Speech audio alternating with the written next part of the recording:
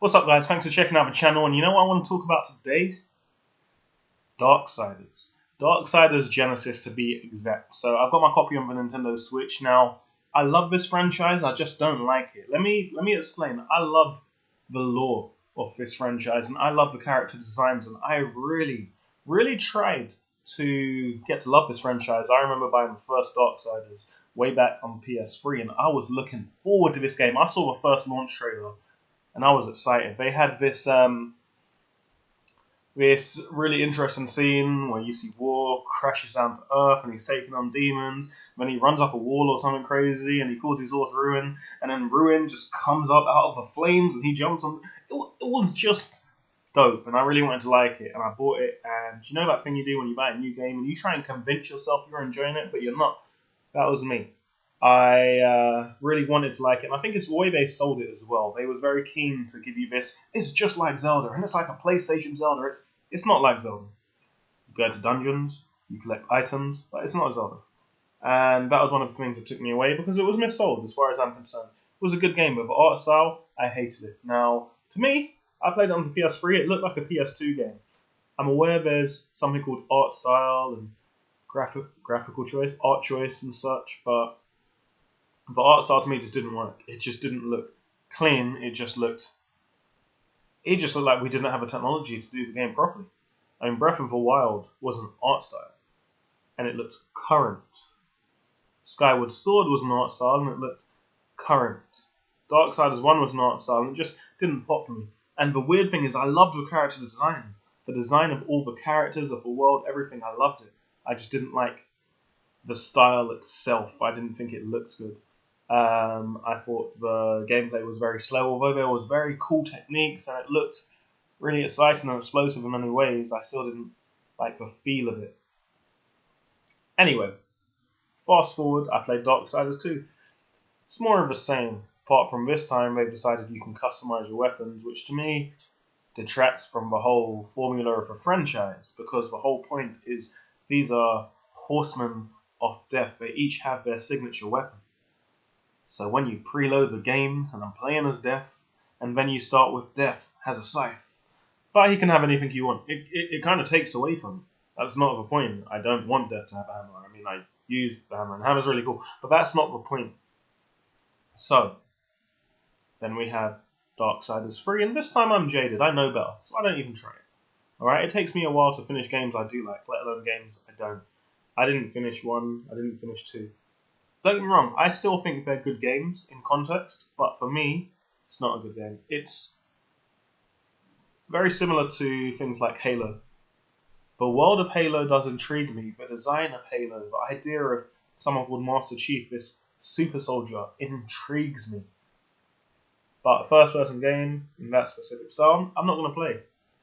Now, here's where Darksiders Genesis comes in, because they took the lore that I like, the world that I'm intrigued by, and the character design that I like, and they put it into a whole different genre. And you know what? It works. And I've always said, if Halo was a different genre, I'd play it. And this is what they've done with Darksiders Genesis. It's now a top-down dungeon crawler, akin to something like Diablo 3, Diablo 2. But it's not Diablo, so you don't need to get all worried. This is very, very detached from Diablo, but gives you that feeling and it works. Now, from what I've seen, it's somewhat comparable to something like Tomb Raider and the Temple of Osiris, those sorts of games. I haven't played it, hence why it's something I've seen. I have played Genesis, so I'm about 30 hours in. Arguably, they say it's a 10 to 20 hour game, but games like that, as long as you can unlock stuff and grind for stuff, I'm grinding. I'm trying to level up my characters, and I'm just having fun. To be honest, I want to unlock the majority of the stuff before I see the end credits roll. The dynamic between War and Strife. And Strife is a horseman we have never seen in the franchise before. We've seen War and his horse Ruin, which is the coolest horse in video game and the coolest mount ever, if you will. So, Epona, sorry, but the time is up. The time is now done.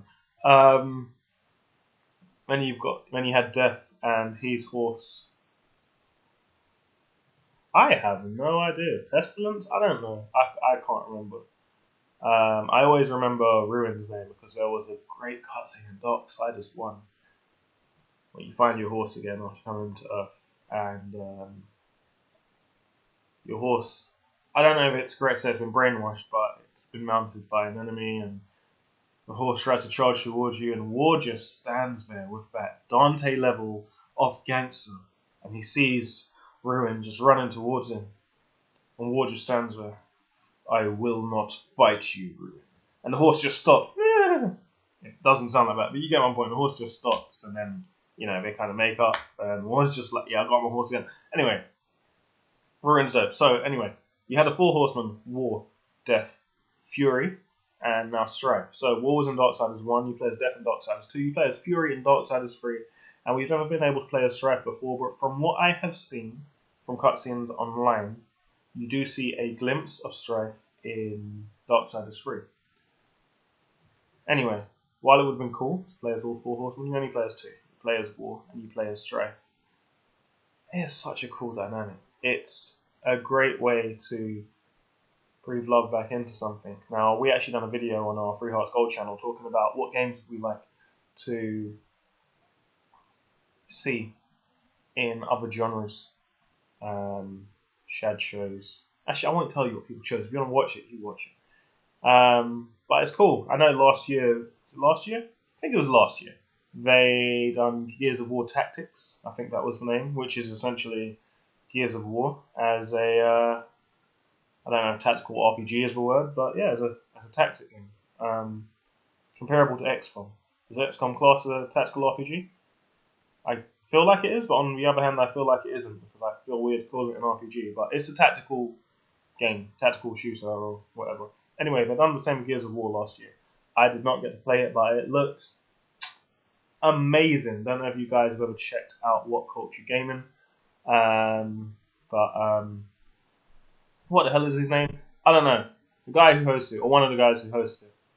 White guy, bald guy. It's okay. It'd be okay if we call him that. He also calls himself the Bald Egg Daddy, which is weird coming from a man's lips now. I try to think what his partner's called him. Anyway, chef kiss.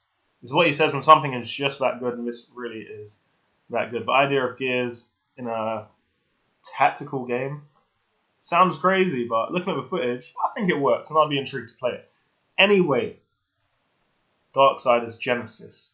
They've done the same thing. They mixed it up, combined it with a different genre, and it works so well. It is so fun, and I am just really enjoying it. And essentially, that is all I want to say.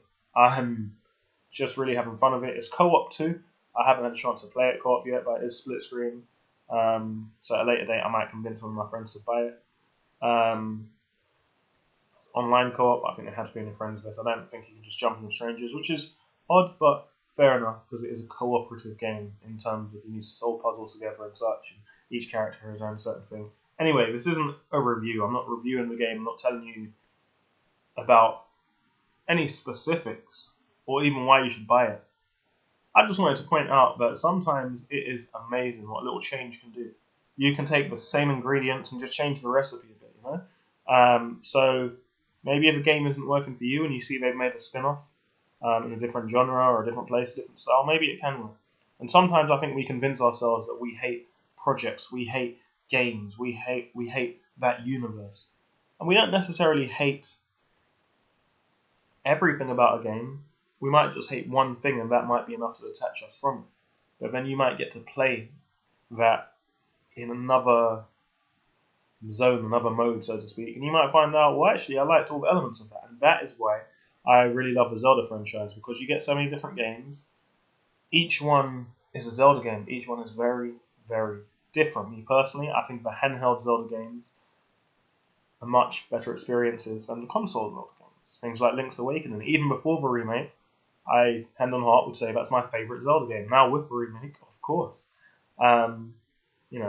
Things like the Minish Cap. I've still never played Phantom Hourglass and Spirit Track. But you get my point. Link Between Worlds on the 3DS. Oh my gosh. Oh. So good. You've got Majora's Mask, you've got Twilight Princess. Each Zelda game is essentially the same, but then very different because it's presented in a different way. Handhelds and console games being the biggest change between the two. And sometimes that's all you need to decide if you really love the idea of a universe. Whether it's a gaming universe, whether it's a film universe. You might see a TV show or something and it might work. You might see a film of it and think, no. Things like Daredevil. Some people didn't like Daredevil and they saw the Netflix series. It's the idea of taking elements we like, placing them into something else and seeing if that works better as a package. And long story, very short, Darksiders Genesis is a Darksiders game I have wanted all along. The only thing missing for me is the ability to play as the other two horsemen. If they had that, 4-player online co-op, oh my gosh, that would be exciting. I would obviously be playing as Death because he's amazing. Really can't remember his horse's name. But yeah, Darksiders Genesis, Nintendo Switch, that's what's been keeping me busy lately. Hope you guys have been keeping busy as well. What are you playing at the moment? What are you gaming on? And yeah, as usual, thanks for checking out the channel. Hope you have a good day and always be good to each other. You dig? You dig.